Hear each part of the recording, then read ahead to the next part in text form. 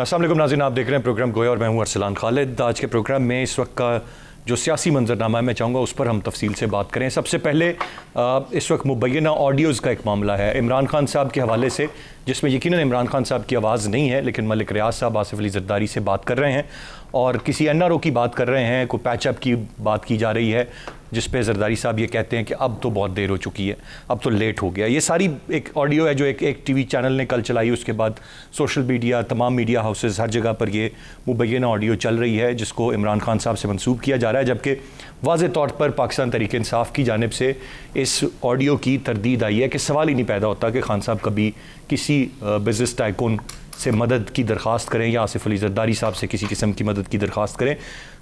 तो ये ऑडियो को रिजेक्ट किया गया है मुकम्मल तौर पर पाकिस्तान तहरीक इंसाफ के रहनुमाओं की जानिब से। दूसरी जानिब मरीम साहिबा की एक मुबैना ऑडियो मीडिया मैनेजमेंट के हवाले से, वो भी हम देख रहे हैं सोशल मीडिया, तमाम मीडिया चैनल्स पर इस वक्त चल रही है, जिसमें वो मीडिया मैनेज करने की बात कर रहे हैं। ये जब नवाज शरीफ साहब वज़ीर आज़म थे तब भी ये मामला चलता रहा कि मीडिया सेल को वो रन करती हैं, मीडिया को मैनेज किया जाता है, इश्तिहारात मैनेज करती हैं। उसकी भी बहुत सारी ऑडियोज़ हैं जो सामने आती रहीं। और अब एक और ऑडियो है, जब दोबारा पाकिस्तान मुस्लिम नून की हुकूमत है तो ये ऑडियो दोबारा उनकी जानिब से आई है, जिसमें इश्तिहारात, मीडिया मैनेज करना, किसको इश्तिहारात देने हैं, किसको नहीं देने हैं, ये तमाम तर चीज़ें कही जा रही हैं। और अब यकीनन दोनों तरफ से, जहाँ पर जो ओपोनेंट्स हैं पाकिस्तान तहरीक इंसाफ के, वो PTI के इमरान खान साहब के हवाले से जो ऑडियो है उसको शेयर करते नज़र आ रहे हैं, और इसी तरह जो PTI के हवाले से हैं जो लोग, जो PMLN के ओपोनेंट हैं, वो PMLN की ऑडियो को शेयर करते हुए हमें दिखाई दे रहे हैं हर तरफ। तो ये एक सिलसिला जो मुबैना ऑडियोज़ और वीडियोज़ का है, ये तो चला आ रहा है। मैं चाहूँगा प्रोग्राम के आगाज़ में हम इसको डिस्कस करें, लेकिन इसके साथ साथ इम्पॉर्टेंट चीज़ जो खान साहब का एक बयानिया है, जो मौक़िफ़ है, और उस पर जो बड़ी वाज़े एक अपनी पूरी की पूरी एक कह लीजिए कि एक पॉलिसी है जो इस गवर्नमेंट ने तरतीब दी है।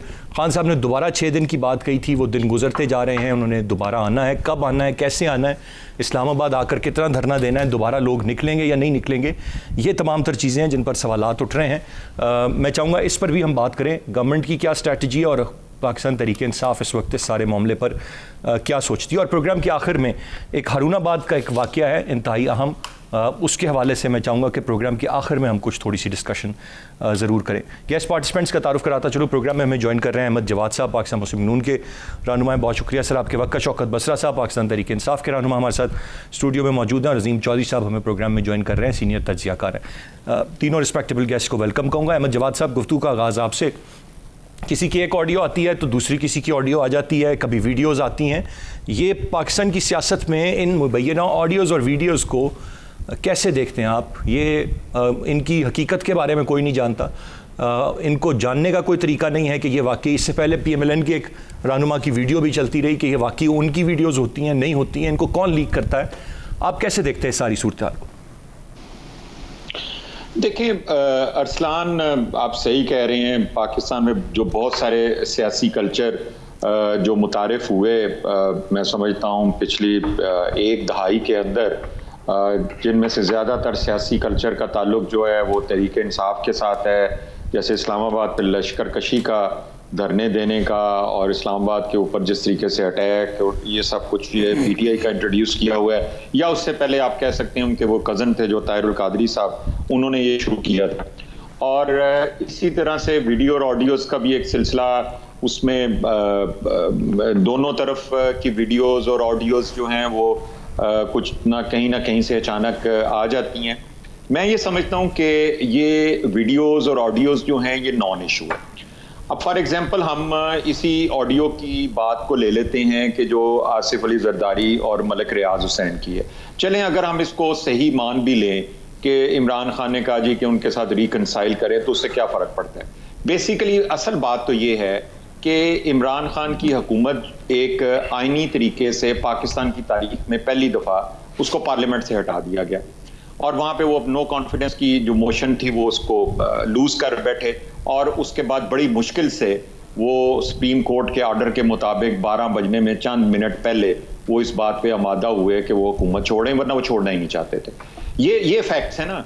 हमें वीडियो ऑडियो से क्या साबित करना चाहिए? हमें जो फैक्ट्स सामने हैं उनको देखना चाहिए, और फिर उसके बाद हम एक और चीज़ देखते हैं कि इमरान नियाज़ी साहब फरमाते हैं कि अर्ली इलेक्शन कराएं, 6 दिन का कभी अल्टीमेटम देते हैं, कभी 2 दिन का अल्टीमेटम। अच्छा अहमद जवाद साहब, ज़रा उससे पहले ज़रा मरियम साहिबा के हवाले से जो ऑडियो है उस पर आ जाएं। वो तो आपने बता दिया जो खान साहब किया है कि क्या फ़र्क पड़ता है, ठीक, लेकिन ये तो सिर्फ फ़र्क पड़ता है जो इल्ज़ाम एक तवील अरसे से है जब नवाज शरीफ साहब वज़ारत उज़्मा के मनसब पर थे कि मरियम साहिबा मीडिया सेल चलाती हैं, उसको मैनेज करती हैं, इश्तिहारात को मैनेज करती हैं, और इसी हवाले से ये कोई पहली ऑडियो नहीं है उनकी जो निकली है, इससे पहले भी उनकी इसी तरह की ऑडियोज़ निकली। देखिए, मैंने तो ऑडियो और वीडियो दोनों को जो है ना एक नॉन इशू मैंने इसलिए कह दिया है कि हमारे पास जब फैक्ट्स हैं, अब फॉर एग्जांपल आप मरियम साहिबा की वीडियो की बात कर रही हैं या ऑडियो की बात कर रहे हैं जो कि मैंने नहीं सुनी, लेकिन आपके पास इंफॉर्मेशन मौजूद है कि किस तरीके से इमरान खान की हुकूमत में डॉक्टर मोहित पीरजादा को कैसे 19 करोड़ रुपया मिला, कैसे सोशल मीडिया के यूट्यूबर्स को किसी को 5 करोड़, किसी को 8 करोड़, ये तो आपके वहां पे इसके ऊपर बहस हो चुकी हुई है पार्लियामेंट के अंदर। ये सीक्रेट फंड से इनको इशू किया। देखें, ये मीडिया मैनेजमेंट ये भी एक अलग पूरी एक कहानी है जो कि हर हुकूमत करती है। अब वो डॉक्टर मोहित पीरजादा साहब कहते हैं कि नहीं, मैं मिसलीड हो गया था। देखिए, ये सारी चीजें इनको आप एक साइड पे रखें, आप फैक्ट्स के ऊपर बात करें। अहमद जवाद साहब, as a matter of fact Maryam साहिबा मैनेज करती हैं मीडिया, डिफैक्टो इंफॉर्मेशन मिनिस्ट्री चला रही हैं या नहीं चला रही? देखें, मीडिया मैनेजमेंट जो है वो तो हर पॉलिटिकल पार्टी करती है, और पाकिस्तान तहरीक इंसाफ के अंदर मीडिया मैनेजमेंट और सोशल मीडिया मैनेजमेंट जो है वो इमरान नियाज़ी साहब खुद करते हैं। वो सोशल मीडिया को खास तौर पे जो है वो किसी और, लेकिन अब एक तरह से अहमद जवाद साहब तस्दीक कर रहे हैं कि हर पार्टी करती है, मरियम साहिबा भी कर रही, तो फिर इसको डिक्लेयर कर दें, उनको कोई ओहदा दे दें। मैं जिस चीज की तस्दीक कर रहा हूं, मैं एक ट्रू सेंस में एक मीडिया की मैनेजमेंट या सोशल मीडिया की मैनेजमेंट, ये तो हर पॉलिटिकल पार्टी को करना है ना। नहीं, I really appreciate the fact कि आप इस बात को एक्सेप्ट कर रहे हैं। वो उससे मेरा नहीं कोई ताल्लुक। मैं तो ये कह रहा हूं कि हर पॉलिटिकल पार्टी जो है उसको मीडिया को मैनेज करना होता है, मीडिया मैनेजमेंट इसी को कहते हैं, सोशल मीडिया को करना होता है। लेकिन मैं किसी ऑडियो या वीडियो की रेलेवेंस जो है वो किसी भी के साथ लिंक इसलिए नहीं कर रहा। मैंने आपको पहले भी बताया कि वीडियोस भी बड़ी खौफनाक आई हुई हैं। अब अगर देखें, एक ऐसी वीडियो मैंने देखी जिसमें पीटीआई की एक खातून का जिक्र है, मैं नाम भी नहीं लेना चाहता। अब वो इतनी गलत किस्म की वो वीडियो है कि मैं तो उसका नाम नहीं लेना चाहता। तो हम क्या अपनी डिस्कशन जो है वो इस बात के ऊपर रख सकते हैं कि ये वीडियो और ऑडियो जो है ये क्या कह रही है? अहमद जवाद साहब, मैं अगर इसको जरा सम अप हम कर दें, मैं सिर्फ उसको प्रिसाइजली आपसे सवाल कर देता। मरियम शरीफ साहिबा क्या इस वक्त मीडिया मैनेज कर रही हैं या पहले माजी की हुकूमत में करती रही हैं? सवाल सिर्फ इतना सा है। ऑडियो को छोड़ दे, वीडियो को छोड़। हिम्मत करो, मान लो, हिम्मत करो। देखें, हुकूमत में जब आप होते हैं तो इंफॉर्मेशन मिनिस्ट्री जो है उसका ये काम है। अगर मरियम औरंगजेब साहिबा अगर आज इंफॉर्मेशन मिनिस्टर हैं तो वो इसको मैनेज कर रही हैं। मरियम नवाज का इससे कोई ताल्लुक नहीं है। हाँ, हो सकता है कोई गाइडेंस। ये जो वीडियो रिलीज हुई है ये फेक है, बस इतना। नहीं, वो तो उन्होंने सुनी नहीं है ना, तो मैं उनसे वो जब सुनी नहीं है। अब मैं फिर सवाल तो सिर्फ ये बात करनी है तो मैं फिर एक सवाल डाल देता हूं, बसरा साहब से पूछ। पहले मेरे सवाल का जवाब दे दे, फिर आपके सवाल का जवाब दे। की वीडियो फेक है या सही है, या किस तरफ डिस्कशन को? नहीं सर, ये पॉइंट ही नहीं है ना। पॉइंट सिर्फ इतना सा था, आया मरियम नवाज साहिबा मैनेज कर रही है मीडिया को या नहीं कर रही है, बाकी छोड़ दिया। अब मैं आगे बढ़ता हूं, मामला कहीं और चला जाएगा। ठीक है, पॉइंट ऑडियो को छोड़ के जो पाकिस्तान के मारूजी हालात हैं, सर जी, मेरे से जब वीडियो का ऑडियो का बात आएगा मैं उसको यस करूंगा। आप ही की तरफ आ रहे हैं। आपसे तो ये पूछ रहे हैं कि वो जो वीडियो लीक हुई है वो जेन्युइन है या नॉन जेन्युइन है? सर आगे बढ़ते हैं, असली है या नकली है? उन्होंने सुनी नहीं, उनको पता ही नहीं है, वो कैसे मैं सुना देना उन्हें। ठीक है, नहीं आप मुझे जरा बताएंगे कि जरताज गुल सब सवाल ये नहीं था ना, सवाल का जवाब उन्होंने दे दिया। मैंने जो उनसे सवाल किया था वो अहमद जवाद साहब ने जवाब दे दिया। बसरा साहब की जानिब आता हूँ। बसरा साहब, अब आप ये बताएं सर कि खान साहब तो वैसे भी बातें आ चुकी हैं सामने। अब ये इस वक्त इस ऑडियो को लेके आने का, और ये किसी के हवाले से भी, जिस तरह अहमद जवाद साहब ने कहा कि पाकिस्तान में और बहुत सारे मसाइल हैं, ये ऑडियो वीडियोस का ट्रेंड कब से और कहाँ से निकला, और अब इस वक्त जब हुकूमत चली गई एक ऑडियो को निकाल के और उसको सोशल मीडिया पर फैलाना, क्या है ये सब? अरसलान, इस ऑडियो लीक के हवाले से कहने वाला मलक रियाज, सुनने वाला जरदारी, खबर देने वाला जियो और यकीन करने वाले पटवारी। और किस शख्स के मुतल्लिक? उस शख्स के मुतल्लिक जिसने दुनिया की सबसे बड़ी सुपर पावर हम तो समझते हैं कि अल्लाह है, सबसे बड़ी सुपर पावर अमेरिका को ललकारा, जिसने MI6 को ललकारा। कहाँ ललकारा सर? तो मेरी बात मुकम्मल करने दीजिएगा, फिर इंटरप्ट कर लीजिएगा। मैं बता देता हूं, तकरीर नहीं ना करें, मैं बताता हूं, हकायक पे बात करें ना, बताता हूं, जवाब दूंगा। जिसने अमेरिका को ललकारा, उसने कहा अमेरिकनों हमारा अल्लाह है, एब्सोल्युटली नॉट, हम अपने लिए जीते हैं, अपने लिए मरते हैं। जिसने ललकारा पाकिस्तान की 11 पार्टियां को, माफियाज को और उनके सहूलतकारों को, उसके मुतालिक कहा जा रहा है कि मलक रियाज को उन्होंने कहा है कि रोल अदा करें। Absolutely not. क्यों? अगर अच्छा मुझे बताइए, अगर NRO मांगना ही है for the sake of arguments, तो इनसे मांगना है। अगर रिकंसिलिएशन करनी भी है, बात मुकम्मल करने दीजिएगा। किससे मांगा? मैं कहता हूं, आपको नहीं पता यहां पे कौन हुकूमतें बनाते हैं, कौन तोड़ते हैं, कौन लेके आते हैं, कौन रातों रात आपको 7 तारीख को साइफर आता है, कौन लेके आया था 2018 में आपको? हम तो उस वक्त भी कहते थे अल्लाह की कुव्वत से आए थे, ये कहते थे कि ये सिलेक्टेड है, ये सिलेक्टर लेकर आए हैं। ये किसी की कुव्वत से आए हैं? सुनिए मैं बता देता हूं, ये असेंबली जाली थी ना जब हम इलेक्ट होकर आए थे, वजीर आजम जाली था, सिलेक्टेड था, सिलेक्टर लेकर आए थे, हम लानत भेजते हैं असेंबली पे, तो फिर RTS के जरिए आई है। अब ये क्या किस तरीके से आगे है ये हमें बता दें कि अंदाजा करें कि जिस असेंबली का अपोजिशन लीडर अरसलान कौन है। तो इसलिए पहले तो ऑडियो लीक के मतलब मैं फिर कहूंगा, इसी प्रोग्राम में या आज 48 घंटे हो गए इस बात को चलते हुए, जिसने मैसेज किए हैं या खान साहब की कोई ऑडियो वीडियो होगी वो भी निकाल के टेबल पे रख दें, मीडिया को दे दें कि ये मलक रियाज के पास कोई स्क्रीन शॉट ही दे दें यार। तो इसलिए आपने मजहब कार्ड खेल लिया, आपने औरत कार्ड खेल लिया, आपने तोशाखाना कार्ड खेल लिया, अब ये ऑडियो लीक नहीं चलेगी। ठीक है, अभी आपने ऑपोजिशन लीडर के हवाले से बात ऐसे करें, ऐसे कौन है ऑपोजिशन लीडर? ऐसे करें, इन्हें कहें कोई चीजें लेकर आए सामने, हम तो चाहते हैं। ठीक है, बस साहब आपने कहा ऑपोजिशन, कौन है ऑपोजिशन लीडर? आपको नहीं पता? नहीं, मुझे तो पता है, लेकिन वो कौन है? राजा रियाज साहब चंद महीने पहले तक कहां थे? तहरीक इंसाफ के ठीक थे, तहरीक इंसाफ के टिकट से इलेक्ट होकर आए थे। ठीक थे, अच्छा अच्छे थे। मैं बताता हूं, गुजारिश सुन लें। तहरीक इंसाफ के टिकट पे इलेक्ट होकर आए, अगर उनको हमारी पार्टी पॉलिसी से इख्तिलाफ था तो उनको रिजाइन करके इलेक्शन लड़ना चाहिए था। ब्रेक से वापस आकर मजीद बात करते हैं, साथ रहिएगा।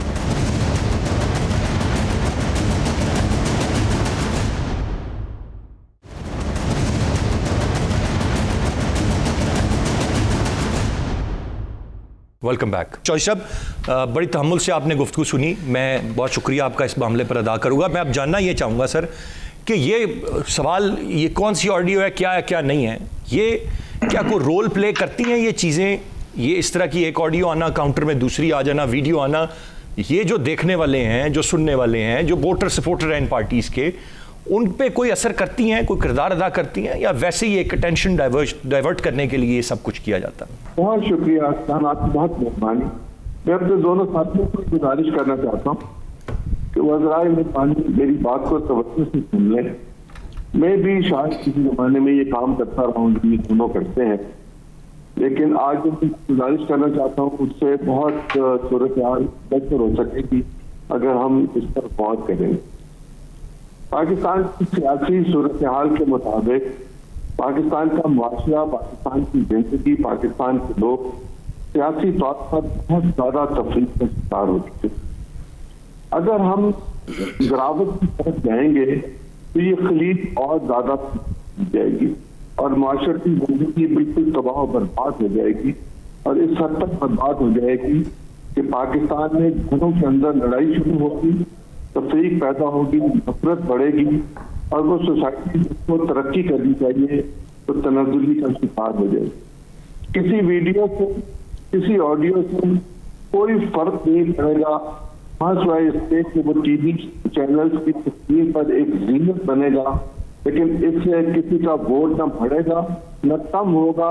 पॉलिटिशियंस के बारे में लोगों में नफरत में इजाफा हो जाएगा, और इस नफरत की बुनियाद पर पाकिस्तान में गैर जमहूरी हुकूमतों को पनपने का फिर मौका मिलेगा। जिसका रास्ता बंद है उस रास्ते को खोलने के लिए हमें कोई गुंजाइश पैदा नहीं हो सकती। हम पाकिस्तान में इस वक्त ये कोशिश कर रहे हैं, पोलिटिकल एलिमेंट, कि किसी न किसी तरह ऐसी सूरत हाल पैदा हो जाए कि अगर इक़्तिदार मेरे पास नहीं है तो मेरे से इख्तलाफ करने वाले के पास मौजूद ना हो।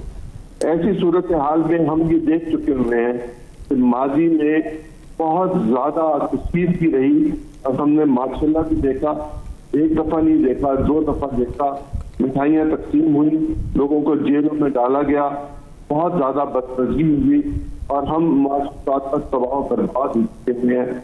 अब मौजूदा सियासी सूरत हाल के नतीजे में अगर माशी अदम इस्तेहकाम बढ़ता चला गया, इस हद तक चला जाएगा कि हमारे पास खाने के लिए भी नहीं होगा, हम पानी की किल्लत का शिकार हो चुके हुए हैं, हम गंदम का शिकार होने जा रहे हैं, खुरदरी तेल हमारे पास नहीं है, पेट्रोल हमारे पास नहीं है, गैस हमारे पास नहीं है, हमारे कारखाने बंद हो जाएंगे, सब कुछ बंद हो जाएगा।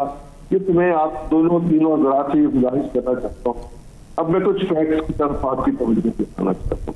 जी बिल्कुल ठीक है कि हमें चीन के साथ तिजारत करनी चाहिए। मैं बसरा साहब से मेरी दोस्ती है, ताल्लुक है, रिश्ता है, नाता है और मैं इनकी कदर करता हूँ, इज्जत करता हूँ। ये बहुत अच्छे सियासी कारकुन है, समझदार हैं, चीजों को समझ सकते हैं, समझने की सलाहियत रखते हैं। जब बोलते हैं तो उनकी मजबूरी है, तो ये पॉलिटिकल पार्टी के एक जिम्मेदार हैं, इसी तरह जवाद साहब भी। तो ये पॉलिटिकल पार्टी के मकसद से पीछे हट के बात है। ये स्टील मिल जो पाकिस्तान में लगी थी, ये रूस में लगाई थी। मुझे याद है बहुत अच्छी तरह 2002 से 2005 तक, जब मैं खुद एक पॉलिटिकल पार्टी का ऑफिस बेरत था, मेरे पास रूसी सिफारतकार आया करते थे और जिस वक्त स्टील मिल को प्राइवेटाइज करने का मामला था, तब वही इसरार कर रहे थे कि आप हमें वापस दे दें, हमारी कंपनी को दे दें तो हम इसको चला लेंगे, हम इसको जानते हैं। हमने ऐसा नहीं, ये जुल्फ़िकार अली भुट्टो ने लगाई और इसका बेड़ा गर्क किया इफ्तिखार तौर। बसरा साहब की हुकूमत जब बरसों इक़्तिदार की अपनी लास्ट हुकूमत, तो इस हुकूमत को चाहिए था कि वो जो एम्बार्गो हम पर असले के लिए रूस से लगा रखा हुआ था भारतीय लॉबी के नतीजे में, और वो वहाँ बहुत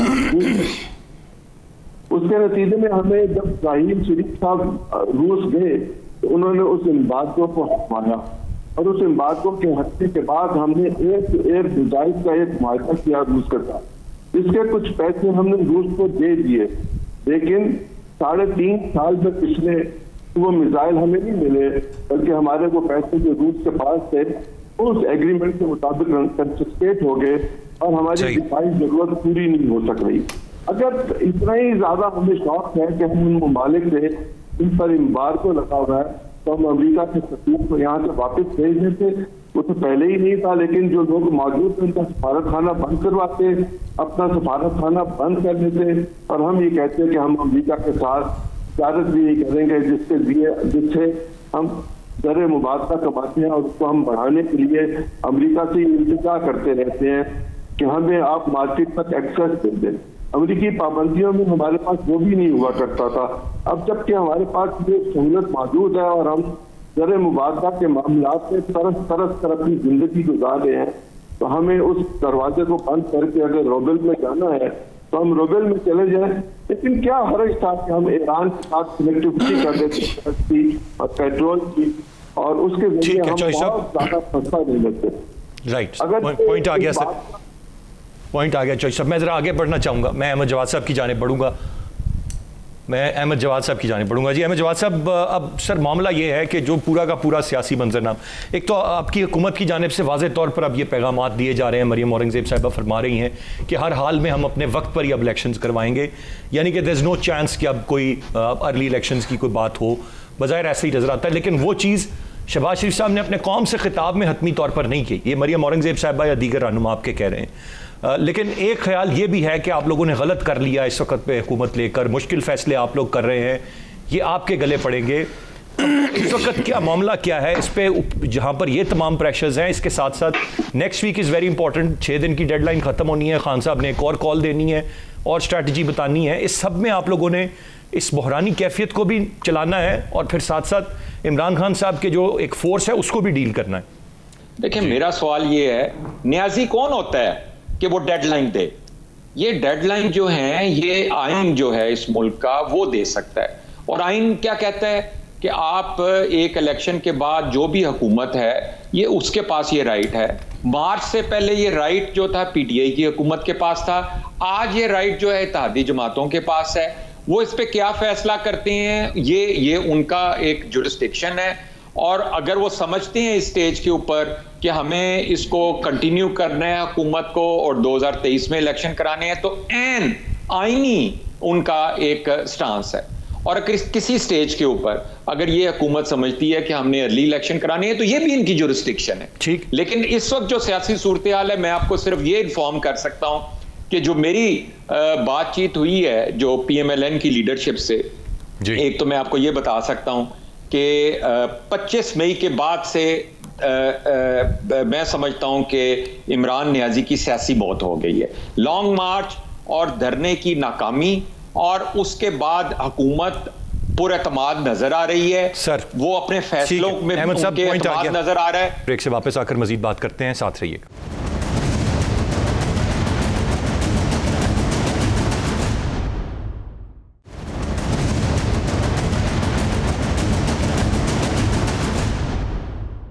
वेलकम बैक। बस सब ये जो अब 6 दिन की बात है वो कुछ एक आध दिन मजीद बीच में रह गया है, फिर आपने अनाउंस करना है। अब दोबारा लोग आपके जो मायूस हुए हैं, ये तो खुद माना है ना इमरान खान साहब ने, इस पर तो कोई दूसरी राय नहीं है, जो आए थे अब उनकी तादाद के हवाले से हम बात नहीं करते, उनको दोबारा फिर निकाल लेंगे, वो निकल आएंगे। अरसलान, मैंने किसी को इंटरप्ट नहीं किया, मुझे उम्मीद है कि आप समेत मुझे कोई इंटरप्ट नहीं करेगा। मुझे करना पड़ेगा? नहीं करेंगे। मैं देखना, आपने उनको पूरा मौका दिया है। ठीक। अभी पहले एक सवाल जो बार बार जवाब साहब कह रहे थे, इमरान खान न्याजी कौन होता है, और इमरान खान न्याजी के मुतल्लिक लंबी चार्जशीट, ये वही इमरान खान न्याजी है जिसकी 24 साल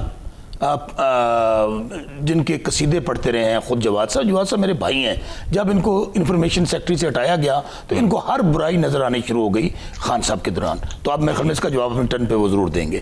तो अब इमरान खान दुनिया के बिल्कुल अच्छे आदमी नहीं है इनकी नजर में। दूसरी बात, अपनी टर्न पे जवाब भाई देखें, मैंने आपको इंटरप्ट नहीं किया, मैंने आपको कहा था आप अपनी टर्न पे जवाब दीजिए। अपनी टर्न पे मैं बोलता रहूंगा, आप अपनी टर्न पे जवाब देंगे, ऐसे नहीं मैं बोलने दूंगा। आप अपनी टर्न पे जवाब देंगे बसरा साहब, आप अपनी टर्न पे जवाब देंगे। मेरा स्टांस जो है आप अपनी टर्न पे जवाब देंगे, मैं ऐसे नहीं बोलने दूंगा। मैंने आपको इंटरप्ट नहीं किया जवाब भाई। अगर कुछ कहना जवाब भाई, ये कोई तरीका नहीं, आप इंटरप्टेड बोले। मैं नहीं बोला, मैं रोक रहा हूं, मुझे पता था आपको गुस्सा आ रहा है इस बात पे, मैं रोक रहा हूं। अच्छा, अब जवाब अरसलान, बात ये है जी कि ये कहते हैं कौन होते हैं इस हुकूमत को खून के आखिरी कतरे तक तस्लीम नहीं करेंगे। वजह जी, ये वो इंपोर्टेड हुकूमत है जिसको तस्लीम कर चुकी है। हम तो पार्टी हैं, अफवाज पाकिस्तान के चीफ ऑफ आर्मी स्टाफ, और दोनों चीफ एडमिट कर चुके हैं कि ये जेन्युइन धमकी है, जेन्युइन साइफर है, साजिश, और किताब खान सबको निकाला गया है। अब जाहिर है कि जो इनको लेकर आए हैं वो तो इनको नहीं निकालने देंगे। लेके कौन आए हैं? अमेरिकन। एक एजेंडा इनका क्या है, इन्हें करना क्या है? एक तो इंटरनेशनल बातें जो मैंने आपको कहा है वो इन्होंने तस्लीम करनी है। अमेरिका की गुलामी से हमने नहीं निकलना, वहीं पे रहना इन्होंने। चाइना वाला बात हो गई, रशिया वाली बात हो गई। इनसे, इन बेचारे सहूलतकारों को, और इनको क्या एजेंडा इनका एजेंडा ये है अपने करप्शन के केसेस खत्म करना, नैब के पर काटना, एफआईए के अंदर जो मकसूद चपड़ासी के मनी लॉन्ड्रिंग के केसेस हैं वो खत्म करना, और इतना प्रेशर डालना कि जो आयु हैं बेचारे वो दुनिया से चले जाएं। और मकसूद, वैसे तो उनको करना ये चाहिए था, मैं कल का नाम सुन रहा हूँ कि किसी को लगा रहे हैं, मकसूद चपड़ासी को डायरेक्ट। आपकी स्ट्रेटजी क्या होगी अब जल्दी से मुझे ये बता दें, मैंने फिर चॉइस साहब की जान जाने और आपके शहर के इशू क्या है। चपड़ासी को ये वैसे चेयरमैन नैब लगा दें। दूसरा इनका इशू क्या है? इनका इशू है अपने अगले इलेक्शन के लिए धांधली के बंदोबस्त करना। वो कर रहे हैं, ईवीएम खत्म कर दिया, ओवरसीज वोट खत्म कर दिए, अपने मेंबर लगा लिए। लेकिन स्ट्रेटेजी हमारी क्या है? ये अरसलान, आप भी इधर हैं, मैं भी इधर हूं। हमने खून खराबे से जो कुछ इन्होंने किया हमारे साथ पाकिस्तान की तारीख में, कम से कम या तो मकबूजा कश्मीर में मैं देखता था या फ़लस्तीन में देखता था, खवातीन बच्चों पे शेलिंग, टीयर गैस, सब कुछ हुआ। मैं खुद जख्मी होकर कुलसूम हॉस्पिटल में गया, मेरी गाड़ी पे शेल लगा के। हमने क्या करना है? नहीं पीछे हटेंगे, स्ट्रेटेजी हम बना चुके हैं। ठीक, वापस आएंगे।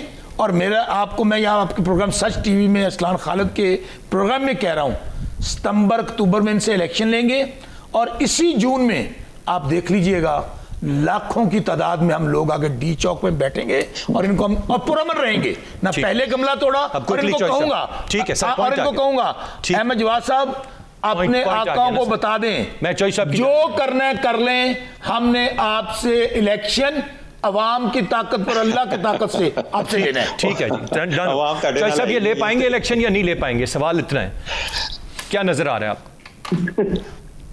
देखिए, इलेक्शन तो दुनिया का शादी या खेल नहीं है। इलेक्शन के लिए एक तरीका कार है और वो आईनी है। इलेक्शन कमीशन ने अभी अपने पाकिस्तान के जो वोटर्स हैं उनकी इब्तदाई फैसले रख दी हैं मुख्तलिफ जगहों पर, उनकी करेक्शन होगी, मरदमशुमारी होगी, हल्का बंदियाँ होंगी, फिर उसकी वोटर लिस्टों के मुताबिक जो पुलिस स्टेशन का मामला होता है वो होगा, फिर इलेक्शन कॉल होगा, फिर इलेक्शन का शेड्यूल आएगा। वो सब चीजें अपनी जगह पर मौजूद है। कोशिश करनी चाहिए बसरा साहब को कि वो इलेक्शन जल्दी ले लें, लेकिन इलेक्शन जल्दी के बजाय अगर 24 में हो गया फिर बसरा साहब क्या करेंगे? क्या इनके पास इतना सहना होगा? एक साल फिर साड़ी अल्लाह लो आई है सर, फिर अल्लाह को ही मंजूर है करेगा। आप 23 के बजाय भी 24 में लेके जा रहे हैं। मैं अर्ज कर देता। देखिए, पाकिस्तान के आइन में ये गुंजाइश मौजूद है आर्टिकल 232 के तहत कि कौमी असेंबली अपनी मियाद में 1 साल का इजाफा कर सकती है सिंपल रेजोल्यूशन के नतीजे में। अगर ये हो गया तो फिर मेरा भाई बसरा साहब क्या करे?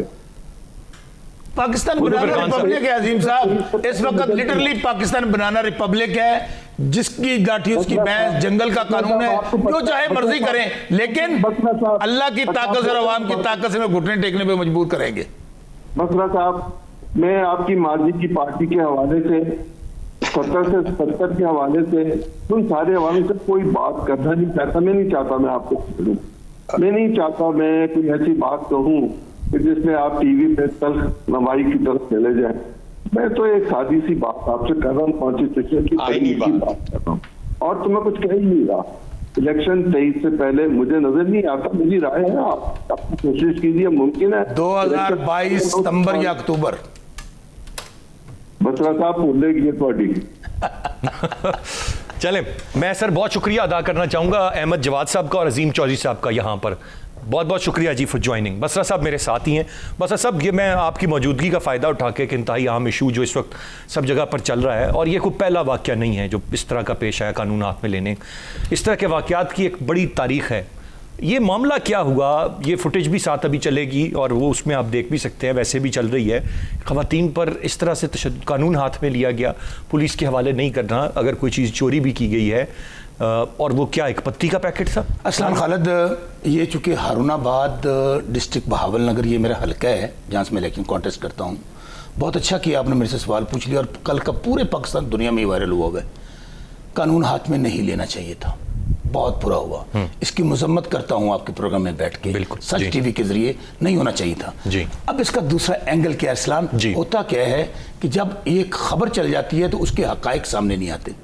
आप बिलीव कीजिएगा, यही खवातीन हैं, इनके साथ कुछ और ग्रोह हैं जिन्होंने ये पहला वाकया नहीं किया। बात पत्ती के पैकेट की नहीं है। मेरा एक और दोस्त है शेख कलीम, उसके घर में दिन दिहाड़े ही एंटर हुई, वहाँ पर 1.5 लाख 2 लाख की वहाँ पे चोरी की। इसके अलावा भी इस वक्त तो हालत यह है कि ज़िला बहावल नगर में चोरी, डकैती, कत्लो गारत, लूटमार ये एक रूटीन बन चुकी है। और ये जो वाकया हुआ, मैं फिर कह रहा हूँ, होना तो ये चाहिए था। एक चीज़ पे इंटरप्ट कर सकते प्लीज़? आपने कहा 1.5 लाख रुपए की डकैती की। 1.5 लाख रुपए की डकैती करने वाला मुजरिम या मुलजिम या मुलजिमा वो पत्ती का पैकेट चोरी करे? अभी तो इल्जाम ये है। मैं आपको बात बताता हूँ होता क्या, मैं आप दोबारा क्लैरिफाई करता हूँ अपनी बात को। ये बाकायदा एक ग्रोह है जो पकड़ा अब गया है, बात को समझिएगा जरा।